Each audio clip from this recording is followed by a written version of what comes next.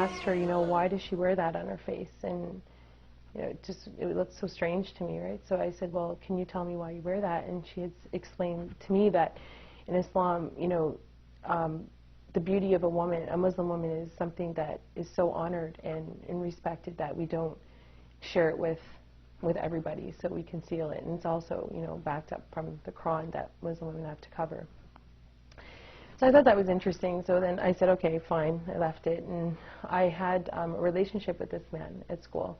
He was like a boyfriend. So I had later, I also had another friend. I'm not going to mention his name, but he was an Arab and he was Christian.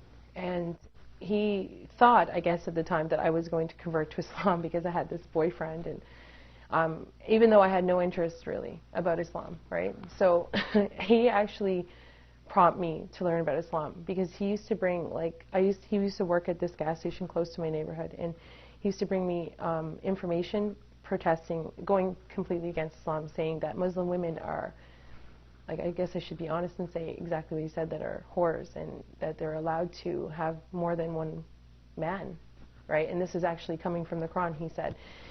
So I said, oh, I said to this guy, I'm like, I really don't think that's true. I said, because, like, my reference point back to the girl at school, I said, this doesn't make any sense, right? And I said, why would she cover if she was promiscuous? So I said, well, I don't know about that. So I said, and I guess in his mind, he was trying to get me away from, you know, converting, because he thought, you know, because of this Muslim boyfriend, he was going to marry me. Or it was like he was in a panic, you know, like telling me, bringing literature to me. He would bring literature to my mother at the store and pass it up to my mother. So I said, you know, I don't even want to read this. I said, I'm not interested in anything about this. So anyway, I just said I got fed up, and that made me interested. So I decided to go to the mosque and find out about what Islam was. And to be honest, I didn't really find out too much from there. And I thought, you know, from what I did learn, that he was wrong. There was nothing in the Quran that stated that Muslim women are allowed to be promiscuous in any way. So I thought my journey ended. But it didn't. It actually just begun from there. So I went back, and I later found out that, you know, I was pregnant for the Muslim guy at school, and but he left me. So I was now 5 months pregnant, and I was on the subway going to this new school. And from there, I looked up. I was sitting on the subway, and I looked up, and I saw Salia, the girl that I had met with the full hijab at school before. And I'm like, oh, I said, hi, how are you? And she's like, fine. And I said, where are you going? We became very good friends, and I learned a lot about Islam from her. And it was never, you know, I wasn't really, like, before going to the masjid or the mosque and inquiring for myself. You know, Islam just came to me now. And, you know, I became friends with her and a few other girls at school, and she would often invite me, you know, to her house, and I learned so much about Islam, you know, the character of a Muslim, and, you know, and also I found very interesting was that she actually memorized the Quran, which is, like, to me, just a book at the time, and it was like word for word she memorized it, and I was like, wow, this is amazing. So I wanted to know, like, what was in this book? You know, what was so amazing about a book that someone would memorize word for word?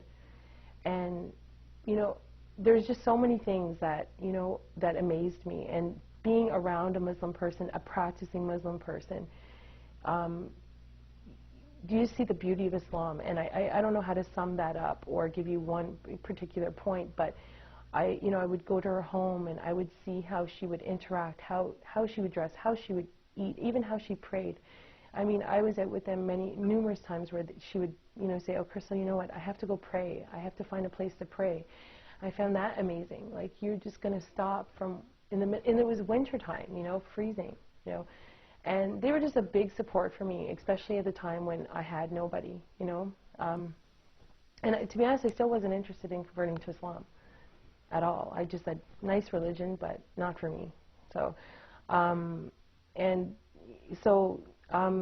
after I had my daughter, I started realizing, like, what am I going to teach my daughter? Like, what am I going to teach my daughter? Like, how am I going to grow my daughter up? I'm going to cry because it's emotional. So, Anyway, and the guy, he never came back. So I didn't really know how to, you know, raise this beautiful baby that I had. So, and I remember back to how Celia was and how her parents raised her, and I just saw this, you know, another way of living, right, other than my way, which was basically just you live and you do whatever you like in this world. You want to do this, you go do it. There's no direction in life. So I decided to look more into Islam at that point on my own, you know. So Celia now got pregnant, and she started working at the masjid, just not far from here. And I said, well, Celia, I'm going to pop over, and, you know, every day, because I was home with my daughter, and I said, let me just come over and, you know, we'll talk about the Quran. I want to know more about it. It was hard. It was hard to find the concept of, you know, what is God. And from these experiences that I had at the masjid, I came to realize that there was a God. And, you know, one day I decided, you know, to go to the mosque. My daughter was 6 months at this point, and I was there and I was in the room, and, you know, like, I was serious. I really wanted to know about this religion before I converted, because I never was baptized before. I never had any, you know, conversion to any religion. So I wanted to find out, you know, really, was this for me, you know? And from there, I was there one day, just, you know, like every other day, just visiting her in the office and talking about Islam and God and who He was, and, you know, what Islam can offer me and my daughter. And so one day there was a funeral of a baby girl, and from there I just thought, life's so short, you know, like, you have to really make it. But I didn't know how to pray, you know. I didn't even have Islamic clothes. I was going back home now to, you know, my house that was my mother. How was I going to explain that to my mother? My life is different because, well, I just think of one thing. Maybe this might be not the best thing to say, but health-wise, I'm so much more healthy. I used to smoke. I don't have to say that, but I used to smoke and I used to drink. I used to get sick to my stomach from drinking. I don't drink anymore. I haven't tasted a drop of alcohol. I haven't smoked. Alhamdulillah. It's just, you know how many times I tried to quit smoking? I smoked for like 11 years, and I tried and I tried and tried and tried. I am a successful non-smoker right now, and I just owe that to God, because there's no way I could have done it, like, especially, you know, with the support of the type of people I'm around, you know. It's your environment, you know. My environment is so much more healthy. I have direction in my life. I have more spirituality in my life. Like, I feel that I know why I'm here, you know. Like, I wake up in the morning and it makes sense. Like, I actually know why I'm here on earth. Before, it's like you're just here and you're like, what are you doing here? I used to have conversations with my friends, my non-Muslim friends, and say, we would come up with ideas why we're here, but now I know. That gives you direction. That gives you a lot of confidence, right? That you're not alone. And so I'm better spiritually, mentally, emotionally.